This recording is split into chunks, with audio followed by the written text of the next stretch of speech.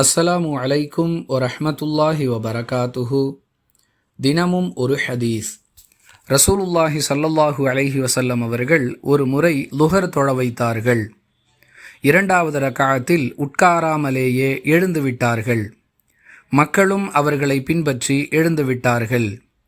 தொழுகையை முடிக்கும் தருணத்தில் சலாம் கொடுக்க போகிறார்கள் என்று நாங்கள் எதிர்பார்த்து கொண்டிருந்த நிலையில் அல்லாஹு அக்பர் என்று தக்பீர் கூறி 2 சஜிதாக்களை செய்து பிறகு சலாம் கொடுத்தார்கள் என அப்துல்லாஹ் இப்னு புஹைனா ரதியல்லாஹு அன்ஹு அவர்கள் அறிவிக்கிறார்கள்.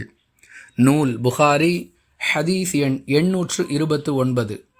அன்பிற்குரிய அல்லாஹுவின் நல்லடியார்களே, தொழுகையில் மறதி ஏற்பட்டுவிட்டால் அதற்கு பகரமாக மறதிக்குரிய சஜிதாக்களை செய்ய வேண்டும் என்று அல்லாஹுவின் தூதர் ஸல்லல்லாஹு அலைஹி வஸல்லம் அவர்கள் வழிகாட்டியிருக்கிறார்கள்.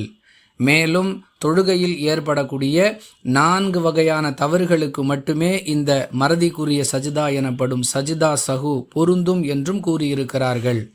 அந்த வரிசையில் ஒருவர் 2வது ரக்அத்துடைய அத்தஹியாத்து இருப்பில் அமர மறந்துவிட்டால் இவ்வாறு சஜிதா சஹு செய்ய வேண்டும் என்பது இந்த ஹதீஸ் நமக்கு சொல்லக்கூடிய பாடம். வாஹிர் தஅவானா அனில் ஹம்துலில்லாஹி ரப்பில் ஆலமீன். அஸ்ஸலாமு அலைக்கும் வரஹ்மத்துல்லாஹி வபரகாத்துஹு.